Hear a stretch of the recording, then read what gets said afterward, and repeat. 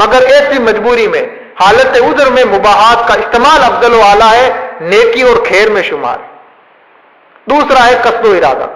قصد و ارادہ سے مراد یہ ہے کہ انسان ہر مباح چیز کو استعمال کرتے وقت یہ نیت کر لے کہ میں اسے سفر آخرت کا توشہ تیار کرنے کے لیے استعمال کر رہا ہوں،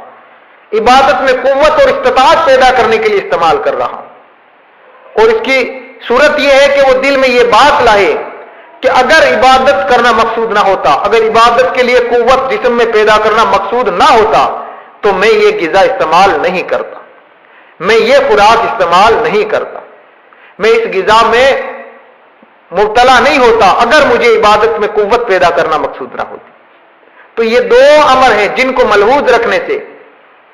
مباح اور حلال غذا کا استعمال بھی نیکی اور خیر کے زمرے میں شامل ہو جاتا ہے۔ لیکن ان میں سے ایک صورت پائی جائے تو ایسا نہیں ہوگا، مثلا حالت عذر تو ہے لیکن قصد و ارادہ نہیں ہے، یا قصد و ارادہ تو ہے لیکن حالت عذر و مجبوری نہیں ہے، تو اس صورت میں یہ نیکی اور خیر میں شامل نہیں ہوگا، مباح اور حلال غذا کا استعمال نیکی اور خیر میں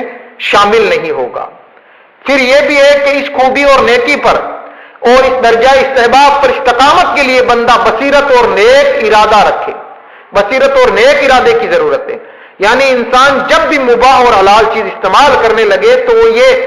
تصور کر لے، یہ نیت کر لے، یہ قصد کر لے، یہ ارادہ کر لے کہ میں اسے عبادت میں قوت کی غرض سے استعمال کر رہا ہوں، سفر آخرت کا توشہ اختیار کرنے کے لیے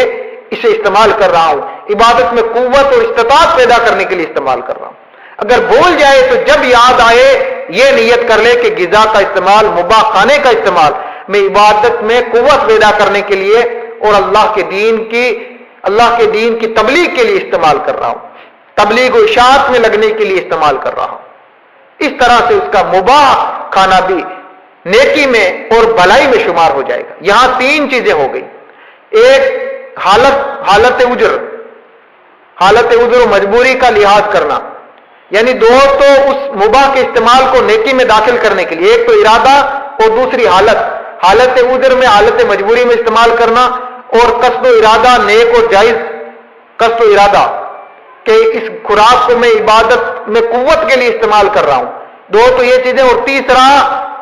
وہ نیت اور وہ ارادہ جو استقامت کے لیے کیا گیا ہے، اس معاملے میں استقامت حاصل کرنے کے لیے، اس کام میں مسلسل ارادے اور حالت کو مباح کے استعمال کے وقت ملحوظ رکھنے کے لیے، اس پر استقامت کے لیے جو نیت کی گئی ہے، جو ارادہ کیا گیا ہے، وہ تیسری صورت ہے۔ تو اس میں تین چیزیں ہو گئی، حالت سے مجبوری ہو، ارادہ اور قصد ہو، اور تیسری چیز ہے اس پر استقامت کے لیے